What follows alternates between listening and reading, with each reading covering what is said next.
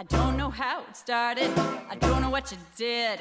Now I'm the gal that's chasing you up, really flip my lid. Come here, eager beaver, baby. Eager beaver, baby. Eager beaver, baby. Eager beaver, baby. Well, what are you gonna do? Flip my lid. Eager beaver, baby, you're mine. I'm all there beside you. Tap your tits, tap your tits, tap your tits, tap your tits. Oh, yeah, take all the shit off. Oh, yeah, silence your phone. Did you silence your phone? Oh, we're live. Hello. Caught me off guard. And welcome to Was That an Orgy? Whoa! Thanks for joining us. You're here with the Bawd Sisters. I'm Charlene. And I'm Charitza. Dick like shitballs. We're here to put the ass in class, the cunt in country, and the penis in happiness today. That's right. And the Dick and Dixie. Oh, yeah, the Dick and Dixie. Don't forget what that. Else? Yeah. What else? Anything else? Oh, we could go on forever. Yeah. It's a whole episode, really. Holes. Holes. Yeah. Yeah. Today, we are here to explore... Well, sex positivity mainly. That's like the Always. whole theme of the show. I think anyone who's watched this knows that. Yeah. But today we're going to be talking about polyamory and polysecurity in particular.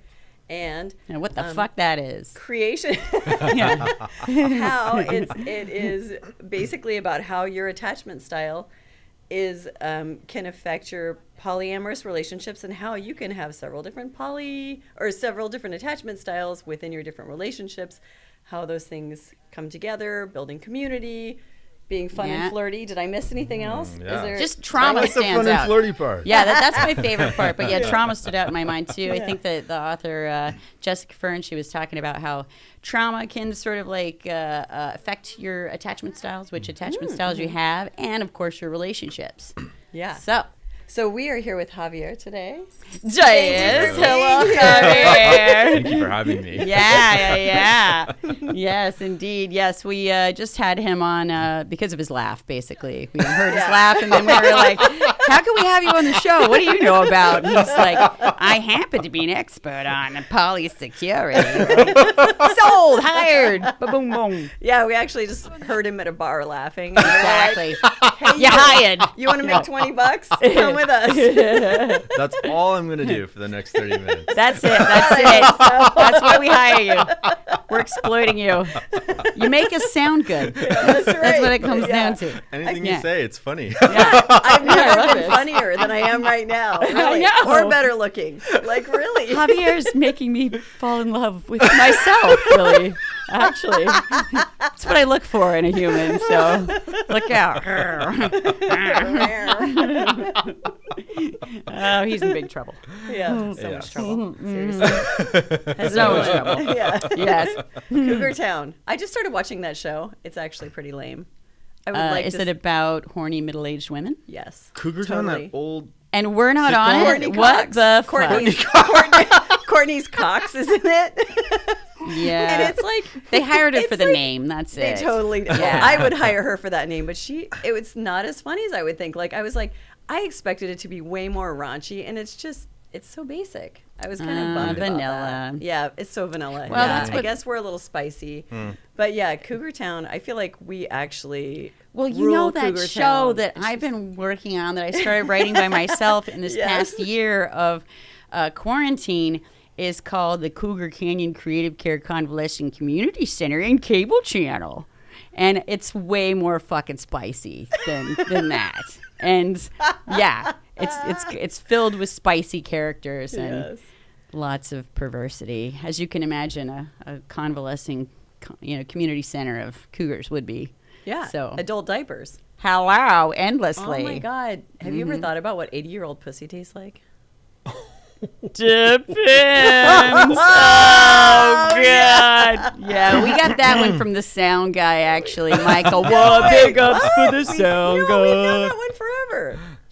Way to ruin his fucking Oh, ego stroke. I mean, Michael, thank you. But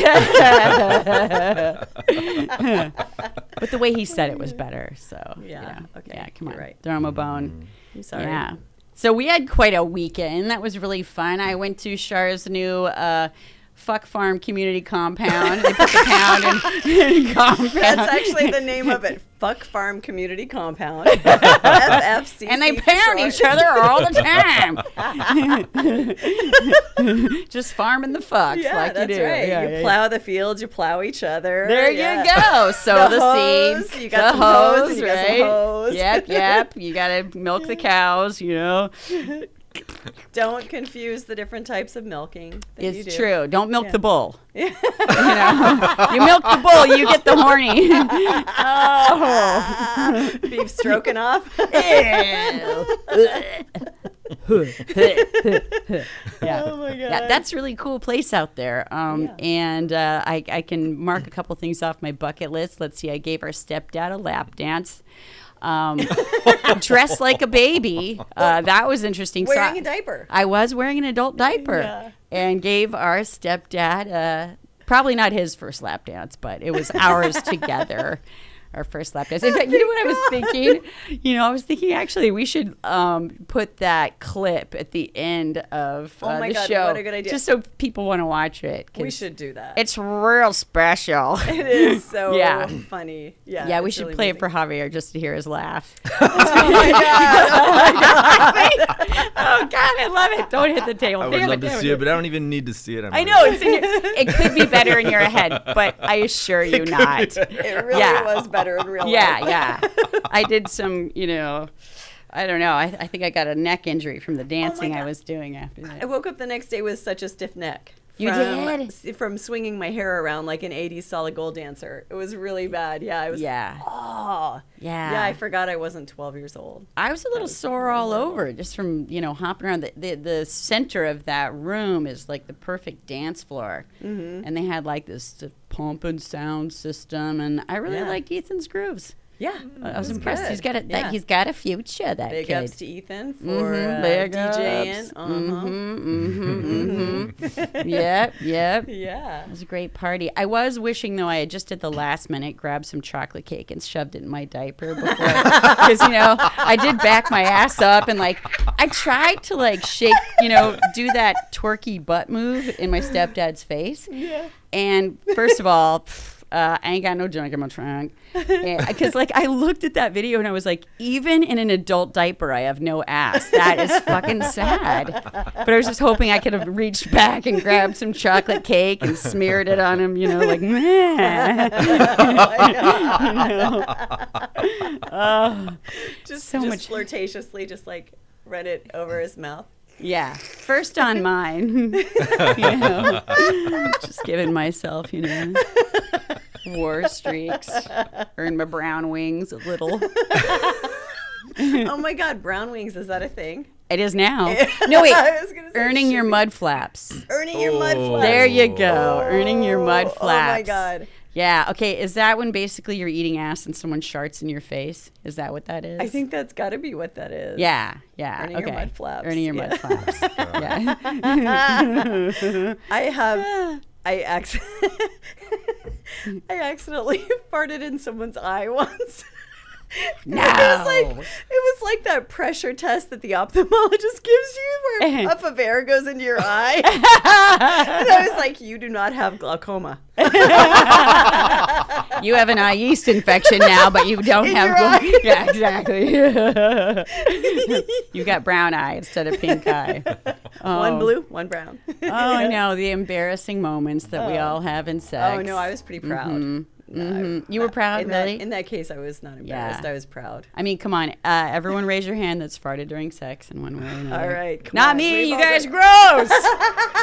Tricked you guys. You're such a fucker. You've done that to me your whole life. You know that, Yeah, right? totally true. Come on, admit it, Shy. You've done this. Yeah, I've done it. Not me. You're gross. You're gross. I'm telling mom and dad. Yeah. Blew my credit, though. Once you give them a lap dance and a diaper, that's it. Yeah, that's. Tattles don't work anymore. I don't think that I can go under that bar. I think the bar has been set nice and low now from Yep. there. That's. There's no going lower than the adult diaper. I can't. No, you can't. No, really. Try as you might. You can't do it. No, I can't. Yeah. I can't do it. Yeah. So, relationship styles and polyamory and attachment styles. Yeah. Let's start talking about that. So, okay, you and I have very different attachment styles. Yeah. Let's talk about yours for a minute. Oh, I'm a hot mess. Let's go. I'm an open book. I am an open diaper. I am an open faced diaper, smeared in shit. Shit on a shingle. Oh God, yeah. so bad. Let's just look at it together and separate the corn chunks from the peanuts. Analyze this shit. Oh my God, does it work in a podcast if you actually shoot liquid out of your nose while laughing? Yeah, Because this I is almost expensive just did equipment, though. I wouldn't do that. Like, just give yourself a wet T-shirt contest. Aim down. Don't hurt the equipment. It's special. Yes, but had to clear my belch there. So let's see. Yeah, I'm definitely anxious. Despite moms trying to tell me that I'm secure. Sorry, Mom. I am a hot mess. You did your best, but I'm a hot mess. And but the funny thing is what I noticed about these attachment styles. So I got an idea. We'll let Xavier jump in just to describe for the audience the different kinds of attachment styles, and then I'll jump into talking about my big hot diaper. Oh my God. There's more, you mean? Oh, That's what they say. Like, there's always more. there's always more. I've got hip waders on too. Like it's that bad. So much more. Well, I've just really kind of dived into this attachment style thing. And when some collaborators and we started this Facebook group during the middle of the pandemic, everybody's at home. I want on it. Should be. What's it called? Is it public? It's Polysecure. It's Polysecure. Oh my community God, I'm gonna look book for it group right or now. something like that. Oh my I'll gosh. send it to you I don't know later what we call it these days. Can we blast it on? Yeah, blast it. We're gonna Please blast do. it. Okay, everyone. We're gonna have a we link for started you. it in December, and within 7 months or so, we had 1,000 members already. So There it it's is. something that Polysecure people attachment community. are Bam, really shaka. interested in. Yeah, this book it came out, I believe, in December, and it's about it's like based on attachment theory. Like the whole first part of the book is about attachment theory, which is something in general people think about. You got to And, know it. Too. Yeah, so you got to know. There's People. these experiments a while back where they had kids, if they're in a room, if their mom left the room or their mom didn't pay attention to them, we could see how the kids react, and if they got upset if their mom left or they felt like their mom wasn't paying attention to them, it kind of defined their attachment styles. But this book takes it to another level and talks about how our attachment styles can affect our adult relationships, particularly our romantic. In our romantic relationships, this becomes apparent. No pun intended, but it's true. And, yeah. So And your it's self-esteem. totally, and trauma can come into it. Right. And these are all kinds of relationships, but where it comes in particularly as a particular importance is because in polyamory, relationships are just more complicated because there's more of them. Yeah, Oh it's my true. God, yes. Yeah. I think some people make the mistake of thinking it's actually going to be easier because you have less invested in more buckets. And it's like, no, actually, you still have a lot invested just in more buckets. And so there are more opportunities for joy and more opportunities for pain and anxiousness and avoidance and all the things that you might experience. Totally. And coordinating all of it. Right. Because when you have just one romantic relationship, that's hard enough. That really throws a lot of people for a loop. Yeah. And having more than one, Yeah. and they can be whatever you want, and that's probably the most important thing that I've learned. Like with polyamory, it's sort of an unbundling. What we have with monogamous relationships, that's sort of what some people will call default culture or our dominant culture, that we're going to be on what we call a relationship escalator, that we're going to find the one and we're going to get all our needs met, and we're going to be just with this one person, they're going to complete me, all of that. That's the cultural narrative that we grow up with. And polyamory kind of breaks that apart. It's like cable. I don't know, how many people know about cable still? But Dated yourself again, Javier. people have been wanting to unbundle cable for a long time. And we can kind of do that now. Right. By the way, Netflix for and the everything. listeners too, the term mononormative is a new term I learned, from the book, mononormative. So that's that conditioning of, Mononormative. So true. that we're all conditioned to be mononormative, and yet there's a lot of other ways to do it. And I would just like to say too that I don't think any of them are easy. Like a lot of people that go towards non-monogamy, a lot of people kind of project upon us that we are just like, bunch of gluttonous sex perverts that just want all the D we can pull in from every angle. Yes. And really, it's like if you're going to be doing, this kind of polysecure based relationship where you're actually intending to have secure, healthy attachments in all the different relationships.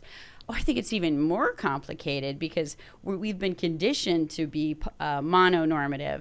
And so there you are, like throwing away everything and then just starting over again and trying to rewire your brain and have new habits and rituals and communication with everybody. And so I think it's we are brave astronauts. We Oh, are. it's the incredibly ass in brave astronauts, to yes. defy cultural norms, absolutely, all the time. With unbundling, I think I want to back it up a little bit Back when it we're up. talking about Back that right, ass going to up. back Come that on, thing back up. it up. Back it up. Javier. Mononormative, we're talking about, we have this idea that we are going to find somebody that completes us and we're going to get married, probably have kids and share a house together and our lives, every aspect of our lives together. And that can be unbundled. And we can think about what is it that we want with any particular person. Do we want something where we feel attached, where we feel like they're part of our lives? Do we want something where they're more like friends with benefits, or whatever it is you want it to be? It's somebody that can be somebody that that is like Jessica talks about in her book, about being attached. Because a lot of people, like you were saying earlier, think, okay, is it just about the sex? We just want to sleep around and have a lot of partners. Yes, but go on. Yes. And I have this thing where, I don't want to yuck anybody's yum. So if somebody wants to do that, that is awesome. And that is totally within the purview of consensual non-monogamy. And that's the thing, right? So for my own self. I have, several, I've had several women friends come over and, stay the night and have dinner and so forth. And my son, he's a teenager, and he's at first he was just like, nice night, nice, I guess kind of broy, young men are taught, right? That's the dominant culture, right? That's the dominant cultural paradigm. And that was a moment where I explained to him, and I came out to him about this, is that everybody knows it's okay as long as everybody knows, and this is not, and nobody's hiding anything about this, or nobody is trying to pull one over, and it's all very consensual. Everybody knows about it, so it's okay because everybody's agreeing to it, and that's a big piece of this, is consenting to. Sorry, I have a really weird rumbly tummy. My dog is over here. She likes to dig when she makes a nest, and so everyone thinks I'm having the weirdest elongated fart over here that they've ever heard. Wait, is there any chocolate cake back there? Blame it on the dog. I know exactly. Blame it on the dog. Scoop. Oh God. Just kidding. Sorry for the distraction. Oh God.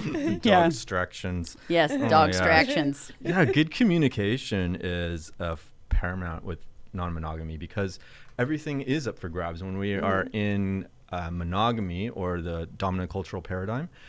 A lot of the things are just kind of settled for us, that we are going to be this way with our partners, and we are going to be committed in these ways. Everything is user defined in It's a good term. polyamory I like that. and consensual non-monogamy. Yeah. Also, I just want to back up with consensual non-monogamy and polyamory. This is an important distinction as well, because Jessica's book is really talking about the attachment, and polyamory, where it's more about love and commitment. Consensual non-monogamy has so many different flavors. You guys people might have heard of people opening up their marriages, being open marriages, or like swinging and all that. Those things are more about, they can be more about like, having sexual adventures with your spouse, which is wonderful and fine. Right. And then a lot of times people might come to a point where they want to date on their own. Yeah. And the reasons for that is to have an emotional connection with the other person. Yeah. Sometimes in our dominant culture, people have what are called emotional affairs. People may have read about that, right? Yeah. For sure. So what people are seeking isn't all just about sex. It is also about emotion, right? So there can be sexual exclusivity and emotional exclusivity. So when people are thinking about being polyamorous, we're talking about opening up that other dimension. Right. Being emotionally available for other people. In that way. Don't you think part of like, one of my interpretations of the whole point of the book too is to be, she's talking about, not only understanding your type. I'm forgetting the word now. Brain fart. Oh, the styles. Attachment styles. But it's like, learning to be secure within yourself, no matter what kind of relationship you're having. That's a big thing I'm getting from the book. And she also, I was excited. So I was telling you guys, I actually emailed the author of the book. She actually emailed back. I feel so awesome. My little brush with She's fame. really good at that. She knows who I am. Oh my God. No, she is amazing. Yeah. But she now has, like, one of the things that's gone over in my head, the more you learn about like trauma, how easy it is to be traumatized and what it does to the brain, how it affects attachment styles. And your relationship with yourself fundamentally, first and foremost. But it turns out Jessica Fern now has a program that's about what to do about you discovering you are of some kind of insecure attachment style. And it has like this interactive, forum that's kind of, I didn't, look into it really, but maybe it's Zoom based or something like that. Yeah. But when I heard that, I was like, fuck yeah, sign me up. That's it. Yeah. So thank God now we're, beginning to have options as to what to do about it. Yeah. And things to heal your innermost self so that you can begin to be more present and secure in all your relationships. Because that's one of the things I think is really beautiful about this kind of work, about trying to be polysecure, is so that you can be free, be as present as you can be and not have the pathological parts of yourself in the driver's seat, and just be able to be as truly loving as you can be, and be as truly connective and supportive and aware. So this is definitely no easy road for anybody. This is absolute presence. And sometimes it's the difference between telling someone what you think they want to hear and what the truth is. And the most amazing thing is when you tell someone the truth about what you want and what you need, and they come back to you with a positive response. You're like, that's the most validating thing that's ever happened to me my whole life. Like, instead of kind of going like, oh yeah, we're on this path going this direction, I guess the next thing I need to say is that I want this thing, like, let's get a dog together or something like that, whatever that looks like. And then the baby. Right. You always have to do a test animal first, right? Yeah, but it's so validating to be like, yeah, I need this, or this happened, or this is what I want. Yeah, and to have someone else go, great, that's totally in alignment with what I'm willing to give or what I need as well. And that's, so good. And also, it's about hearing no's, too. Oh, absolutely. Yeah. Somebody might not be okay with it. For sure. It could be something negotiable. It could be deal breakers. Yeah. But when one starts speaking one's truth, one starts feeling your authentic self coming out. And then you can begin removing people from your life, or, not completely like throwing them out, but, but, change those relationships. So you don't have people in your life that you're trying to be inauthentic with, and you can start attracting and bringing in people. And I'm not just talking about lovers, although that is welcome, but just community and support. That's one of the most amazing things about this Facebook group is it's a place where people can build community and get support. Yeah. So many people post about their trials and tribulations. Yes. People are opening up relationships. They are talking about asking for what they want, and the experience, of getting the yeses or nos or negotiating. And it's just so amazing to feel that other people are going through things that I'm going through, and other people are going through. And we have this community where people can get validation and support and connection, and if asking, they could get advice if they want. But Totally. I've seen a few people come for advice. It's always fascinating to. I don't always give advice, but I always read all of the advice, because that's the best, most fascinating part. You will get people giving advice all across the spectrum. There's never like a full consensus. It's always like, well, I did this and it worked, and it's all over the place.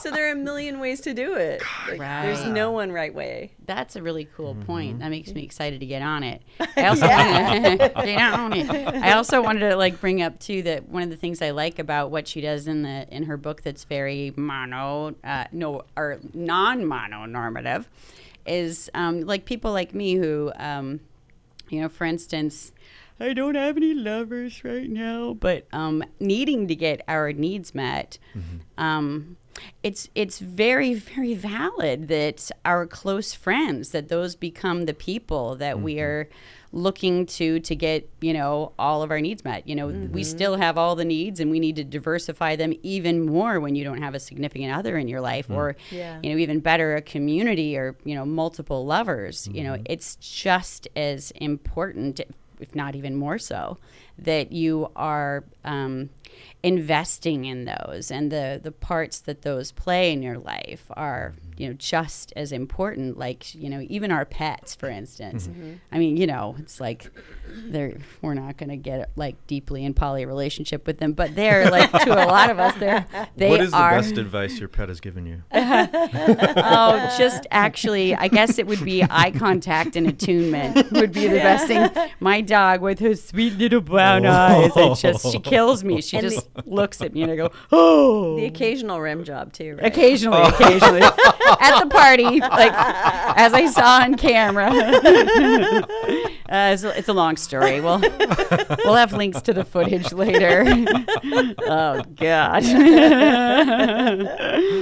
I think we traumatized people at the party. Nobody was traumatized. They're used to me. They're used to it. Okay, that's good. So, yeah, we totally squirreled you. Sorry. You were on a good train of consciousness there, but we should just call ourselves the Squirrel Sisters. Squirrel!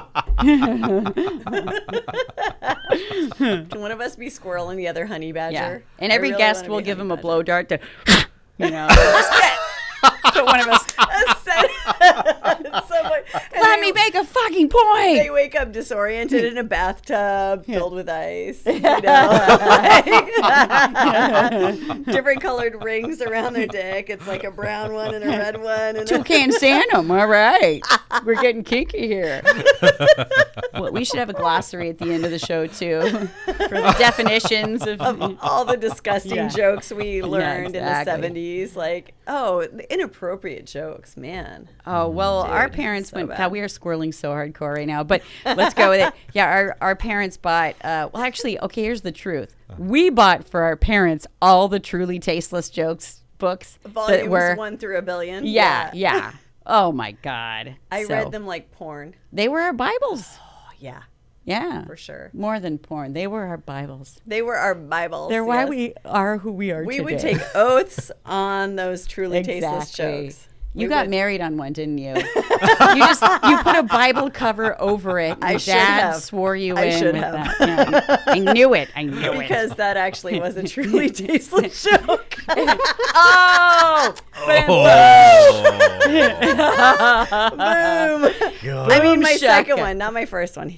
He's a very sweet man. Aww. That's true. Okay. Father of the children. Yes, he is. Very sweet. We love you, Jesus. We love you, Jay. I call him Jesus. Anyway. Little baby Jesus. Do you even remember what you were talking about? We just went to Uranus and we came back out again. Yeah, exactly. Just I mean, we can just pick it up wherever. Yeah, exactly. Oh, yeah. And, I went and got this whole PowerPoint from the author, and I haven't looked at it once either. Yeah. No, yeah, Jessica's so great about like responding to emails like you were talking about earlier. She came to our book group. We had her on for a live Q&A, and she just came and answered so many questions for the readers. And yeah, she's so great. She's just a kind, generous, smart, empathetic person. Truly in service. Yeah. To her fellow human. Yeah. Yeah. Absolutely. Yeah. Yeah. Full of grace. Uh-huh. Full of grace. So if you haven't bought Jessica a copy Byrne. of her book, go out buy it right now. Yes, For you real. should. It is so good. It's one of the Yeah. most interesting books I've read in the last several years. Yeah. I think one of the things that's really special about it is that, I think it's great for everyone that isn't even into this kind of like, counter than monogamous lifestyle, because you can actually learn about yourself, and just questioning our conditioning is such a good thing to do, because it helps you to get in touch with who you are and how you feel, so that you can make more informed decisions in your life moving forward and in your relationships. There's a chapter in the book that talks about the different aspects that, we have pressures of just it builds, right, in our, oh my gosh, I forgot the name of what she calls it, but basically. Kegels. Hold on. Yeah. There Okay. you go. Yeah. I heard it. them right now while I look at you. Not creepy at all, is it?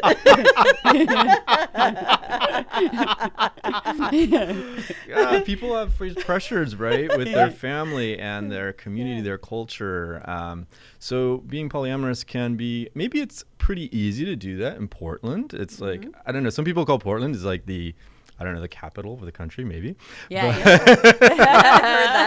But we've had people in our discussion groups from all over, from Canada, Indiana, and it's so awesome when they say that, oh my gosh, it's so great to get support and discussion and validation from you.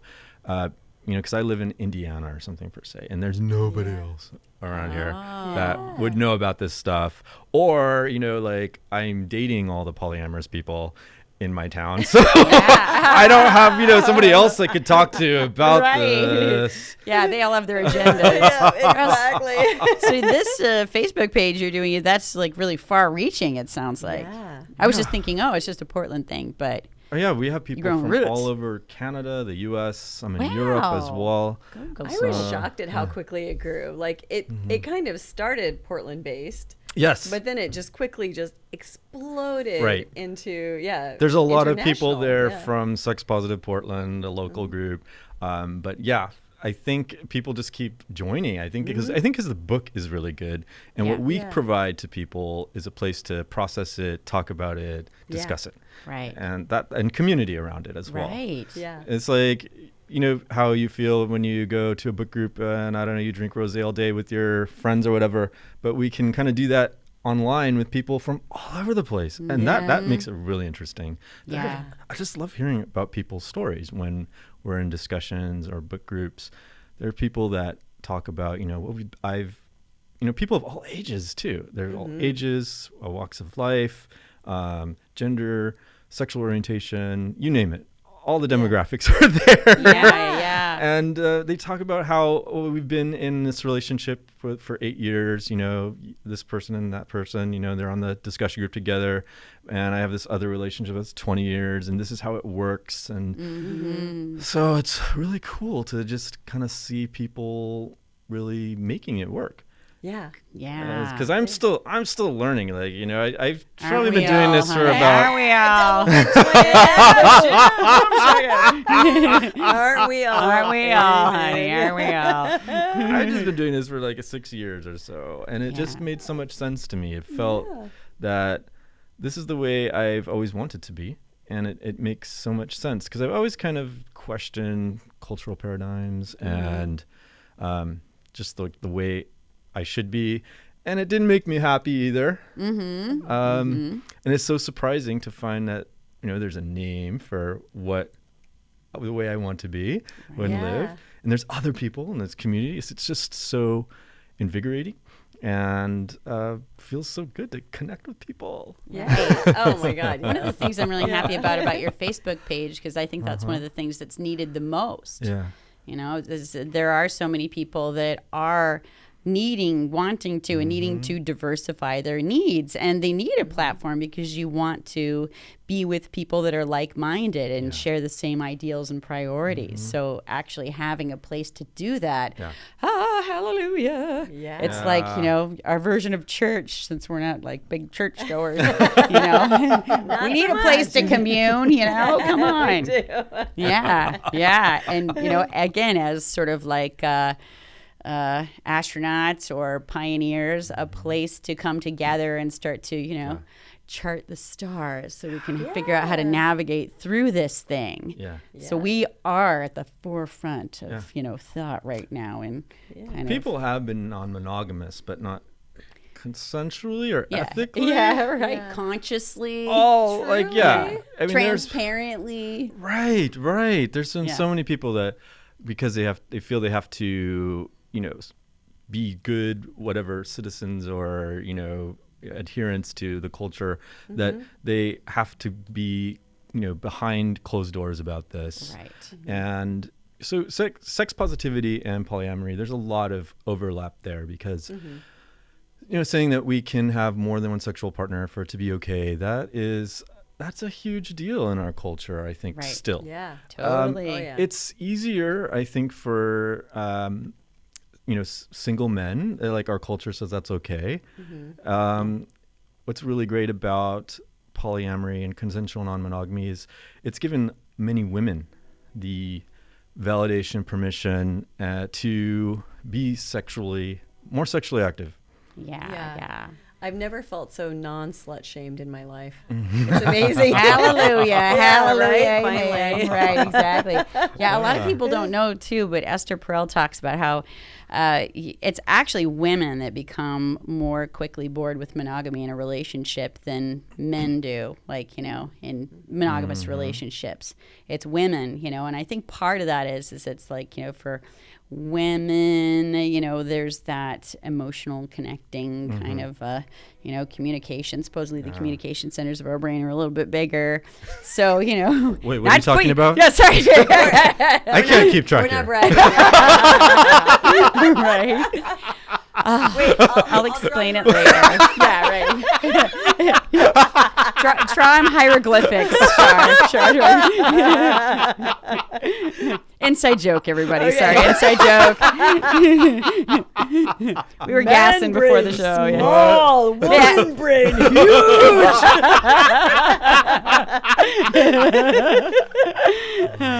Sorry to insult you. Oh, boy. Now I got squirreled. I'm like, what was I talking about? Fuck it. Who cares? That women get bored in monogamy. Yeah. Yeah. We were just like, since I think it came out during, when land ownership became more important, that's when the patriarchy started becoming more controlling and oppressive of women's sexuality and you know, tracking our, you know, monogamy, because everyone wants to make sure that, you know, that the children are actually theirs for, you know, land ownership purposes. But, you know, so women's sexuality started becoming much more controlled during that time. Splash! And no! So yeah, there you go. The more you know. Oh my God, do you remember Ren and Stimpy? Ask Dr. Stupid. Dr. Totally have a segment about that. Ask Dr. Stupid. Well, let me tell you everything I know. Yeah, with a dunce cap on. Yeah, totally. Oh my God, totally. Yep. Yeah, that needs to happen. All right. Squirrel. So, all right, back to. I mean, Wait, what are we talking about? Who cares at this point? Who the fuck We cares? started with attachment style, and like how there are a few different styles, and so we have the anxious, right? Yes. And correct me if I'm going Wait. in the wrong direction. Wait. It's like Am that. I okay? It's like that. Am It's I like- okay? Am I okay? Okay. Wait, are All you right. here? We have Are you anxious. here? We have Okay. anxious. And then there's secure, which I think everyone idealizes secure attachment. Right. I can be here. You can be there. Yeah. Yeah. And I know And we're that's gonna like be here. that's mom leaves the room. The Yeah. kid doesn't freak out. Right. The kid's like, "Hey, I know mom's gonna come back. It's all good." And then there's avoidant, and that's maybe the kid who Right. gets left alone a little too much, and they're like eventually like, screw you, mom. I do it for myself. Right. You know, like there's not a lot of warmth Yeah. there. Might be present, but just kind of not express yourself. right. And people kind of feel that hand pushing them away. Yeah. Often. Yeah. It's kind of like a tacit hand. Are you talking about the insecure, avoidant, dismissive one? Oh, and then there's the fearful one. Yeah. Oh, Where yes. they I kind of actually vacillate. did bring up. I think I'm drilling it down. I'm oversimplifying. So go through 'em. So insecure. We all pretty much get a good idea of what secure is. Parents didn't fuck you up, or the world didn't fuck you up, or whatever happens, Or and you didn't have a you good fix- sense you of fixed your self, and you shit, communicate your needs. You Yeah. know. But I would want to say that these attachment styles are not identities. Yes. Right. Yes. They're not static. I Right. mean, certainly there is a huge influence from our childhood, Yeah. and these are things that are not immutable. We can change them. We can become more aware. Yeah. And yeah. really, it's about, like you were talking about earlier, becoming more self-aware. What do I need? Then I can ask for it, and I don't Yep. need to play games or whatever. Although depending on the situations, we can all kind of fall into avoidant or, dismissive Yes. or anxious, or just depending on who I am at this moment, And who I'm they with, are. Yeah. Totally. the situation. Yeah. That's something I totally notice is that, even though predominantly looking at my past, I think growing up I definitely identified myself as more kind of like the insecure anxious. But the older I get, I definitely notice that I'm starting to shift depending on who I'm with. So like if I'm with someone who I don't know, tends to be like a little bit more kind of like domineering, or they're looking to me with this expectation that I be their emotional regulator and take care of them, I start to become more avoidant. No, I that's your job, and I will help you. I help everybody emotionally regulate. I'm a goddamn massage therapist. It's my career, all my goddamn life. But I don't want it to be my job when I get home. Like it's my superpower, but it also becomes my Achilles heel, where I'm like, that's a little tired right now, But yeah. Oh, I squirreled. I started going off on my own shit. But I wanted to go through and just tell people really quick about insecure, avoidant, dismissive. It's described as being someone who's physically or emotionally absent, unavailable, or neglectful. They can be emotionally cold or rejecting. They can be have a propensity towards criticism or hostility or contempt. And one of the things I find interesting about that, as in another book about attachment styles, they were saying that dismissives oftentimes use criticism and judgment of other people as a way to justify their emotional distancing. So that's what humans do to justify, or that's why like when you break up with someone, you focus on all their like the fucked up shit about them, is that you're trying to actually emotionally detach by focusing on what you hate about them. But that's how some people that are kind of have a naturally dismissive or fearful avoidance of intimacy use that to kind of keep you at bay. Been there. Family culture of high achievement, performance or appearance, that's often related to this insecure avoidant dismissive type. Let's see, keeping people at arm's length, or minimizing their own attachment needs as well as their partner's needs. I don't know what you're talking about. You never have. Never done any of that shit. I feel like you're calling me out. Yeah, totally. Well, that's why you guys can't see it, but I've been pointing at Shar the whole time. You remember when you did this to me growing up? Yeah, totally. That was you. My Barbie was never good enough for yours. The last one was withdraw from vulnerability, high intensity emotions or conflict. Wait, that was me. Totally not me. But anyway, yeah, there it is. There was that one in a description. Okay. So Yeah. These things are definitely, dynamics, like in our own selves and then with other people. What I love about the book is Jessica gives us tools, like you were saying earlier, to build those secure attachments. So if we want to get into not just consensual non-monogamy, but polyamory, which is feeling emotionally attached to our partners, there's some things you can do. Like there's try this, try that. Two dynamics or two types of connections could be called the secure base and the safe haven. Yeah. Yeah, Go on. I love those this sound. stuff. I know those sounds Yeah. like really great. I want both of those, please. Thank you. Yeah. Right. Yeah. It's something too that people don't realize that we can have in poly relationships. It's something that's, again, more commonly thought of as just being available for mononormative relationships. But we can do it, you guys. We can do it. I think it falls under the emotionally available kind of thing. Yes. Yeah. So how do you start working towards having those secure bases and safe havens? Like, what is? Did she give any tips for that? Like, or how do you know when? How do you recognize when you're experiencing those things, or does it just come across like, hey, I'm feeling really secure, I must have these things? Or it could go either way. I'm sure. Like you realize, oh my gosh, I've stepped into this, but it could also be something that you want to have and you can ask for too. So with the safe haven, let's talk about that one first. It's somebody that you can go to, because life is hard, and when you can go to somebody and say, oh my gosh, these people, they sent me mean emails, or they, like this happened at work, or blah blah blah, COVID, I don't know. Right? You could just have somebody just it's like I can take care of, I'll take care of you on this, I'll like support you and all that stuff. And then the secure base is somebody that will push you out, but in a good way. It's that support that you can do it. Got this. Like, let's work on this project together, or you're good at your job and you can achieve this. And so those two functions, if you will, are things that will create attachment. So if you are feeling that you want to be more attached to a partner, those are things that you can pursue, or just kind of start doing, or better yet, communicate about it. I was about to raise my hand and go, I really wanted to add this as my ass eats the upholstery. It could be a secure base, I think, depending on how it position. I don't know.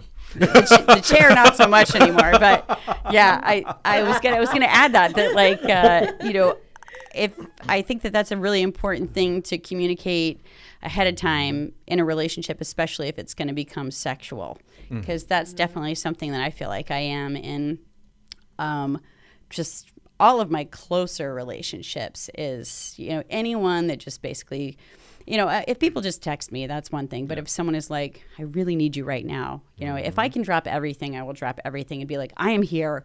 What do you need? My heart is yours, And so I think making sure, especially if you get into a more romantic relationship where, again, that's when the oxytocin starts to flow, things start to get attached.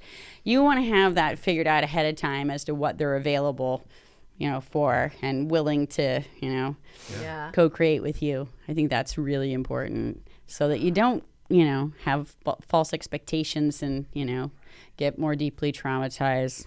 Yeah, you don't want to be the, I really need someone to be my safe haven right now, and get the, babe, it's the playoff game, blah, blah, blah, blah. And then be like, wah, wah. Yeah, exactly. Okay, Jazz, hold me. Yeah. That's my her dog, by the way. Oh. Doublemint twins. Gosh, communication skills are really important. In all relationships, romantic relationships, certainly even in monogamous ones, but in polyamory, my gosh, yes, because there isn't all that kind of default expectations. Everything is defined, user defined, right? Yeah. So we, in the sex positive community here in Portland, I think more, it's getting wider spread.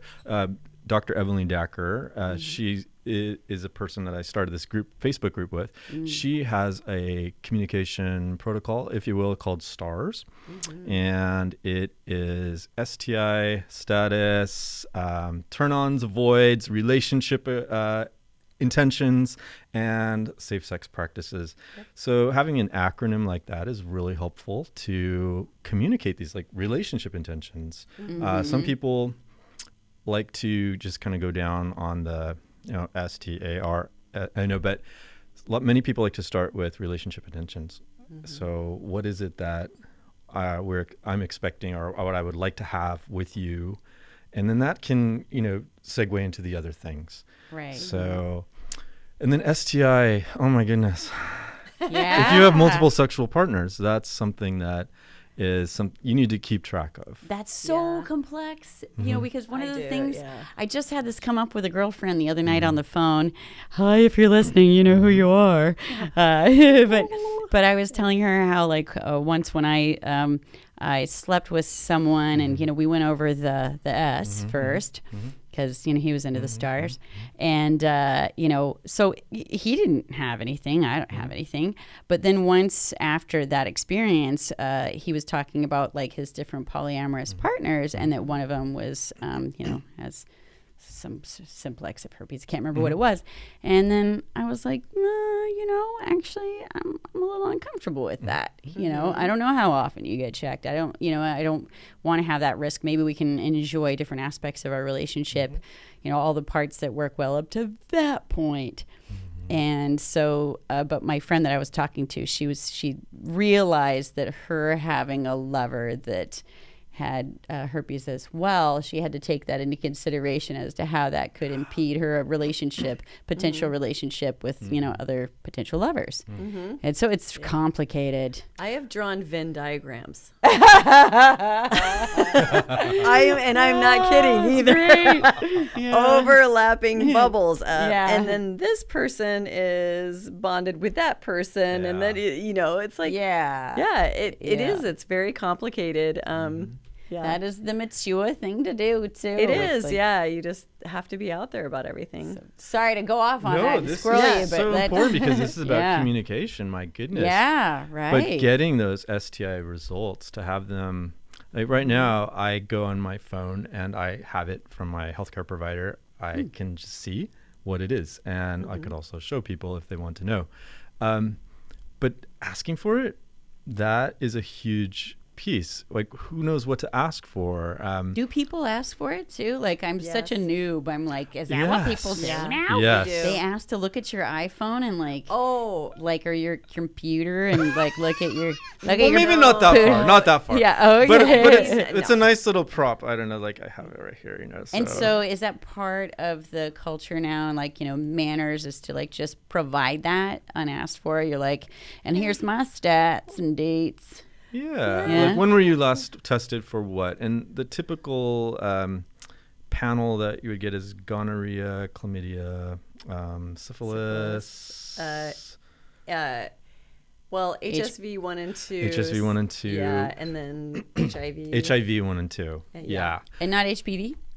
Well, everyone has that, so come on. I'm just joking. HPV has to be a physical exam, and so people don't always do that. And that's something that, it's pretty well understood that, if you have it, you're probably going to notice something. So, as a person who's really sexually active, you have to be aware if, the little bump happens somewhere. You pay attention to that stuff, and you get into the doctor right away, and you're like, although I gotta say, what's going on? Yeah. Okay. Breakthrough news, everybody.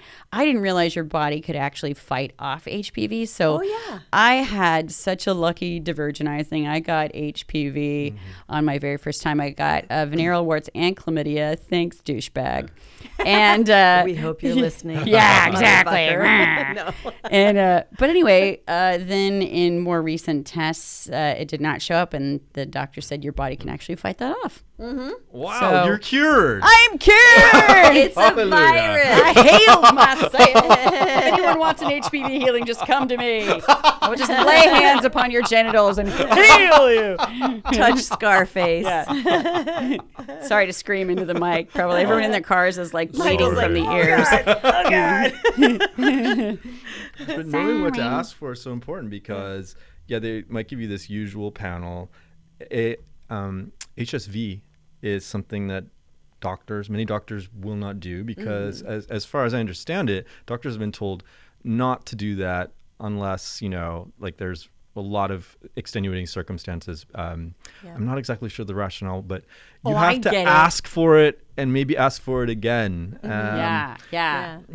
Well, one of the things, so I have a naturopathic professor bandmate, and one of the things she said is that a lot of people, like most people, the majority of people have some form of it, and that once you can identify that you have it, there's so much misinformation out there that all of a sudden, you might put yourself in this bracket where even people that don't know that they have it will be afraid to be intimate with you. Yes. I think that's the rationale, is that it would be traumatizing to tell people that they have HSV. Yeah. Right. And yet, if the majority of the people, do have it, and most people realize, oh my God, I have some form of it, and, it's not debilitating to my sex life, or, what I mean, then it's... I'm not an expert we'd all be better on for it, STIs by knowing. no means, but my understanding is that many people have HSV1, which is the cold sore,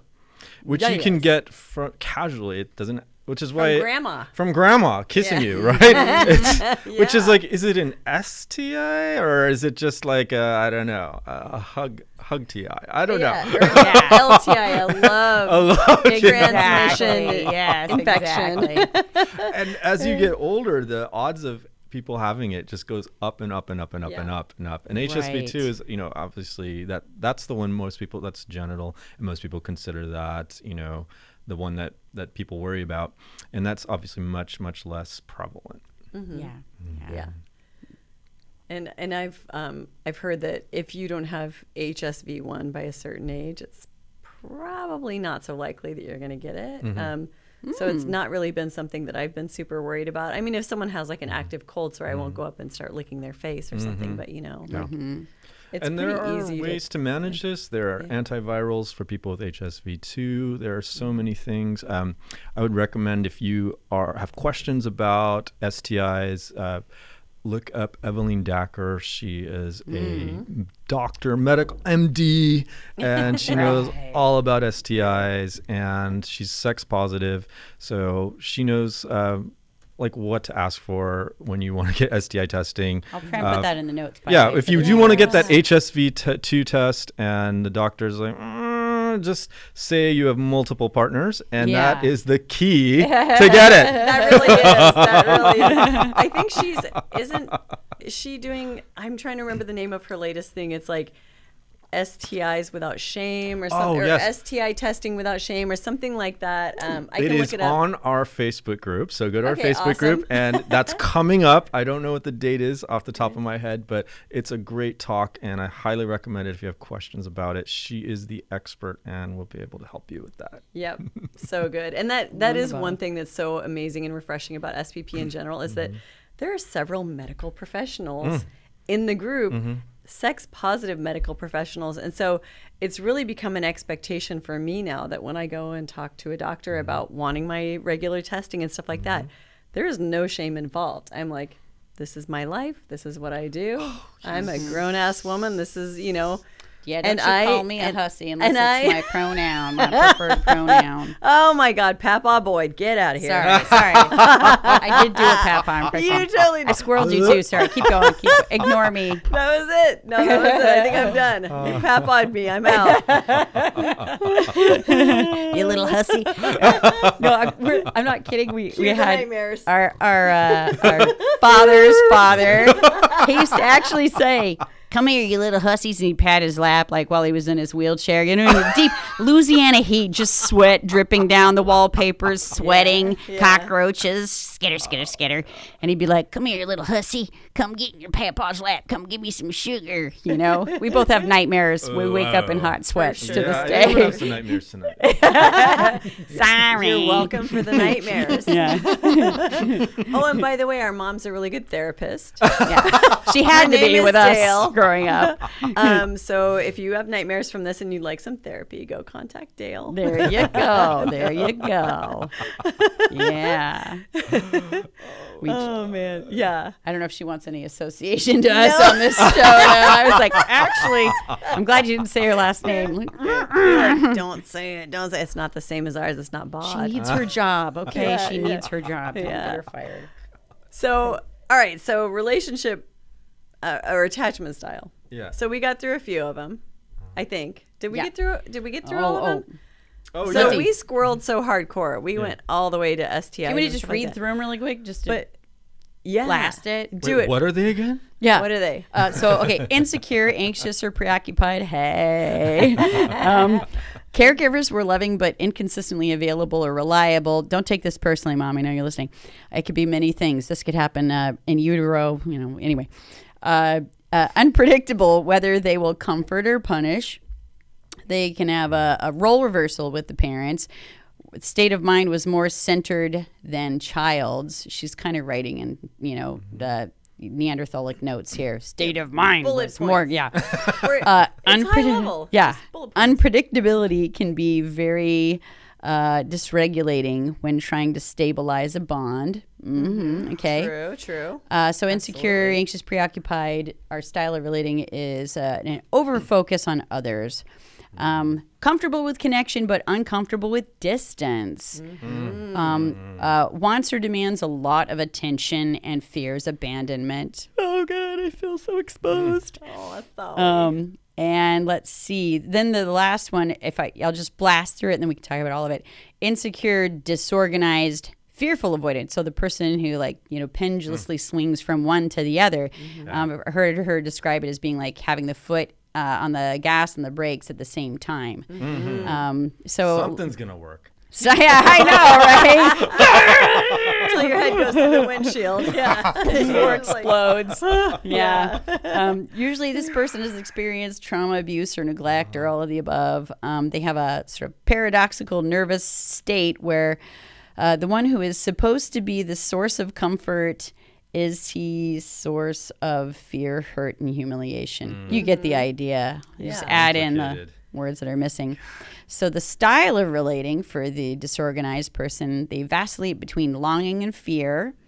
The relationships, it says relationships with a lot of tumult, back and forth, volatility, acting out, sometimes abuse. They tend to have some self-destructive behaviors and internal or external fearful avoidant. That one kind of, what? Internal or external fearful avoidant. Okay. Yeah, so it's that kind of pendulous vacillation of, you know, I want it. I don't. Come here. Go away. Oh, God. What do I want? God. I love you. I hate you. Yeah, let me hate you. So I think you mentioned this earlier that no one is set in one attachment style, but also I think what's interesting is that, like, if you're a polyamorous person and you have multiple relationships, you can be experiencing multiple attachment styles at the same time, both from your partners God, and yeah. within Oh, yourself. fuck yeah, Jesus You can be Christ. like, I feel totally secure here. I feel anxious here. I feel maybe a little avoidant there. Like, And you could can be feel doing secure all of one them. day and not the next, right? That's true. So, Yeah. an interesting concept that Jessica has in the book, and this often comes up in the Facebook group too. People talking about primal panic. Yes. Oh my God! Tell the people Primal about primal panic. Yes. So, it's say for real. example, there's this other concept we have. It happens for everybody, but in polyamory and consensual non-monogamy, we talk about NRE, new relationship energy. Oh. So say you have a really secure relationship with someone and they have a new partner and they have NRE. They're going to be like totally into them. Like everything's awesome about them. Oh my gosh, they're so great. And they might want to spend more time with them, blah, blah, blah, blah, blah. that could give you a sense of primal panic where you're like, oh my God, are they gonna return, right? Are we still secure? Yeah. And it can just be maddening. I want to jump in too and say that we used to confuse that with jealousy. And Jessica Fern makes a huge distinction in this regard between primal panic and jealousy. Yeah. It's different. God, It is. Yeah. Primal panic is, more just when that person, as we are missing real functional community and tribe now as modern humans, when you have the majority of your needs being placed on one or not very many, certainly not a tribe or a community of people, and one of those important attachment figures starts to maybe appear to be threatened to you, then you can go into a primal panic. And that's also what happens when we get like broken up with, for instance. Your brain goes into primal panic because your brain is telling you, I need this person to survive. And when they go away, your brain is like, do anything in your power to make contact. We're going to die. Yep. The majority of your needs are through that person. Yeah. So it's fucking hell. So Primal panic sucks. It Yeah. takes you back to that self-development. Am I okay on my own? yes. And what is it that I want with this person? Yeah. Yeah. And what do you do also? I don't remember her if she went into this or not. What do you do when you go into primal panic? Well, I could talk about what I do. Yeah, what do you do? Me too. I just reaffirm my own self-worth. I, get connection with friends, and also good communication with the partner. Yeah. Yeah. I'm having primal panic. Yeah. Do you still love me? Exactly. It's okay to ask that. Right. And even say, I'm feeling threatened. Right. You We don't know? have to be like, I'm so secure. I'm Oh, polysecure. God, right. I don't know. No. That's how So- we're conditioned to be, For your too. primal panic. Right. Yeah. It's true. Yeah, you do. I remember kind of recently feeling that, like, I've always felt like I had to be someone's number one person. Yeah. And the point at which I realized I was nobody's number one person, I had that sense where I was like just laying in bed. I was like, oh, fuck. I felt Yeah. kind of untethered. And I just Welcome to laid my there. life. Yeah, right? Exactly. So I just laid there and I was like, okay, I'm nobody's number one. What's different about me? Am I the same? Am I okay? And I you check in with your body and you just kind of lay there and go like, actually, I'm okay. You just kind of, I guess it's kind of like a meditation, but also just a checking in with your body and going like, are we good? And you're probably going to find out you are good. Yeah. But I have if to you're- say, though, it has, being that person that you just described during quarantine has really sucked ass. Because, you even have children, for instance, that you Yeah. live with, and they can sort of give you a sense of nurturing connection. You're sure. giving to them, you're in service to them, and you get to experience the best parts of yourself. Yep. And no human is meant to be an island. And so, loneliness, isolation is something that does cause depression. It raises cortisol levels in the bloodstream if we spend too much time alone. And so do all your fucking thinking that you want to do, like find your happy place, take care of yourself. It's just not healthy. It's not how we're intended to be. It's not natural. It's sucks. Yeah. I mean, and everybody's different. I think some people are slightly happier with fewer connections. And I think it's just a matter of knowing yourself and how many connections you need. Like, I know that I need a lot of connections. I need a thriving social network, and I live in community, and that's the way I prefer to be. Right. And some people are like, oh, I need just a couple good friends and I'm good, So Right. it's like there's just a huge spectrum of what your emotional needs are. That's true. It's true. And figuring out, being the architect of your own life. Like just recently. Yeah. Yes. Yeah, because it's like, again, quarantine for having being a time where I've, had a breakup and everything when everyone's so afraid of making contact and being around each other. I've been trying to figure out, like, okay, how can I, be the architect of my life and create this support structure? Like, all right, I'm going to create some workout buddies. And I just invited a bunch of creative ladies together to do, like, crafty time with me and stuff like that. To make merkins. Merkins, yeah. What's that? It's a pubic wig. You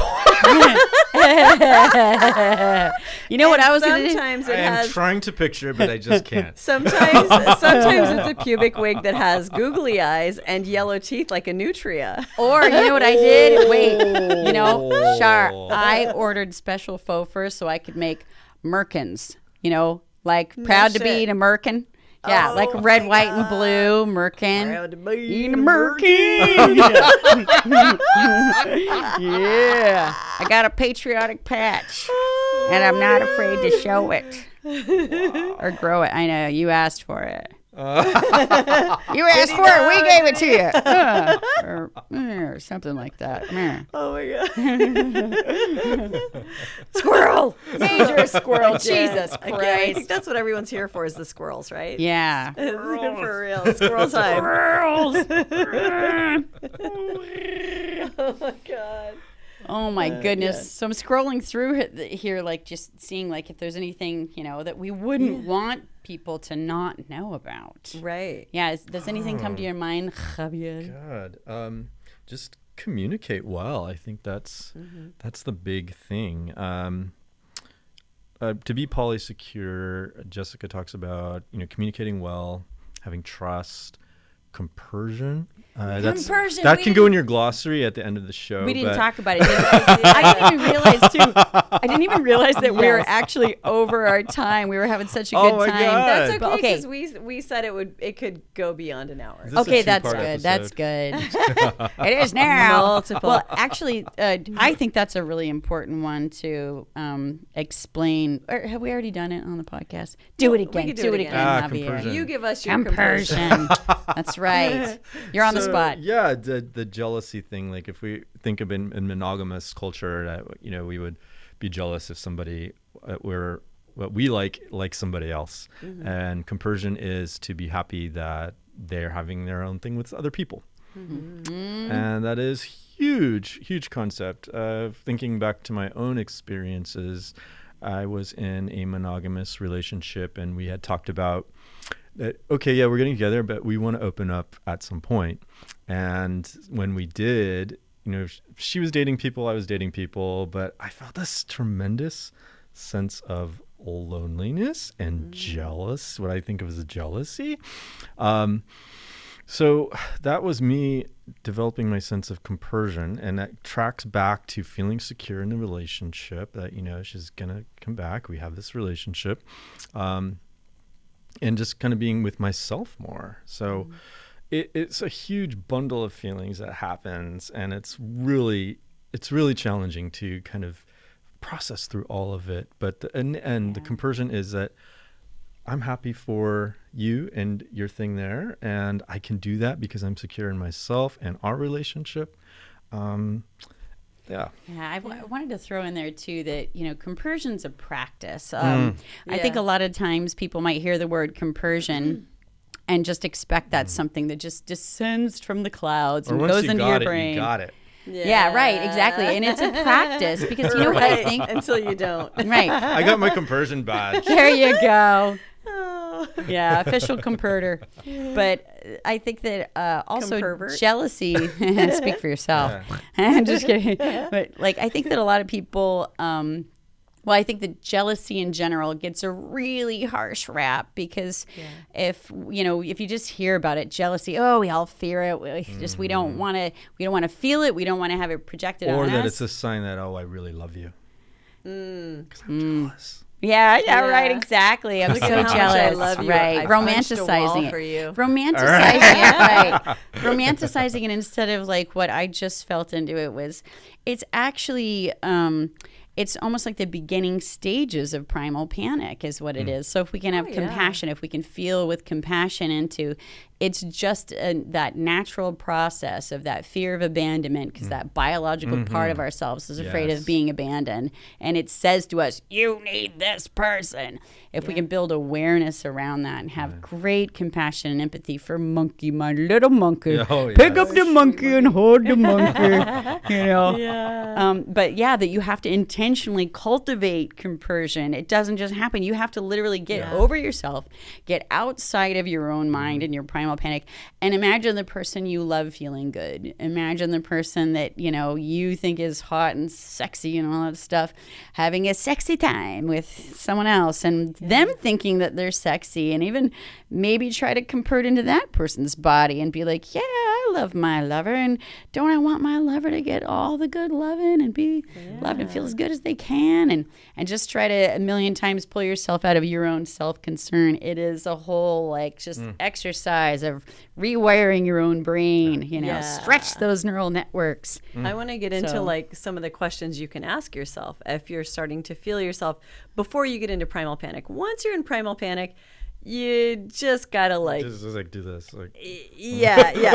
we good, you know, like your emotional your regulate. amygdala is fired at that point. You're not going to be able to logic your way through it. But before you hit that point, if you're starting to feel things coming up for you, if you're feeling activated, you can start saying things like, okay, is this a resource issue?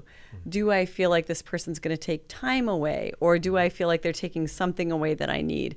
Do I feel like this is an issue where my partner is on their best behavior for them and not so much for me? That's a different sort of issue. So there are multiple different ways that you can be activated and fall into jealousy, which can lead to primal panic.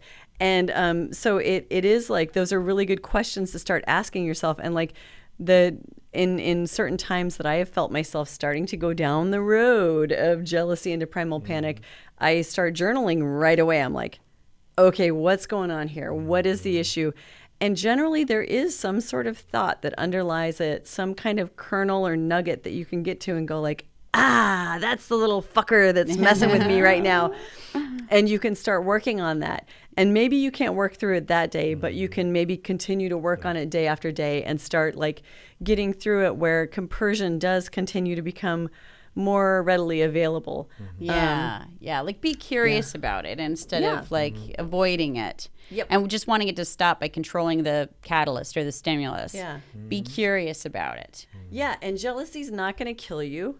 You're going to be okay. You are going to get to the other side of it. And I think that's a lot of what people feel like, oh my God, I'm jealous. And they like tense up and their whole body just like, you know, they stop breathing. They're like tense from head to toe. And it's like, you have to like kind of shake it out. You have to shake your body out and go like, okay, what are the thoughts? What are the feelings? What's that? And realize that this shit is not going to kill you. You might feel jealous. You might have a crap night and you're still going to wake up and you're going to be alive tomorrow. So...